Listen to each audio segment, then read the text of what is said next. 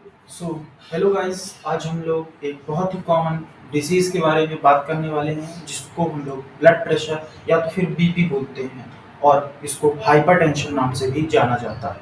सो इसमें होता क्या है? इसमें जो होता है कि अपनी बॉडी में आर्टरीज़ होती हैं और आर्टरीज़ होती हैं तो उन आर्टरीज़ में जो प्रेशर लग रहा है उसको हम लोग बीपी जानते हैं।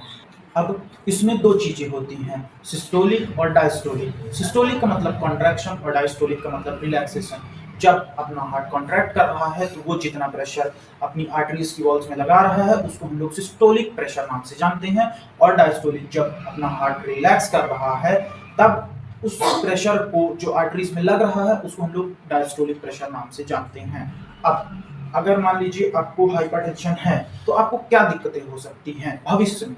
तो सबसे पहली दिक्कत है, आपको हार्ट अटैक आ सकता है, आपको किडनी फेलियर हो सकता है। अगर आपका लंबे समय से बीपी बढ़ रहा है तो ये 2 बीमारियां आपको 110% है कि आपको होगी ही होगी।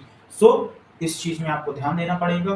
अब सबसे जरूरी बात, इसको हम लोग ठीक कैसे कर सकते हैं या तो मैनेज कैसे कर सकते हैं?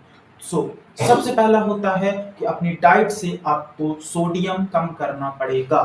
अगर आप सोडियम कम नहीं करेंगे या तो नमक जो बोलते हैं, अगर आप वो चीज कम नहीं करेंगे तो आपका बीपी बढ़ता रहेगा। और सबसे ज़रूरी बात, एक एक्टिव लाइफ़स्टाइल जीना सीखिए।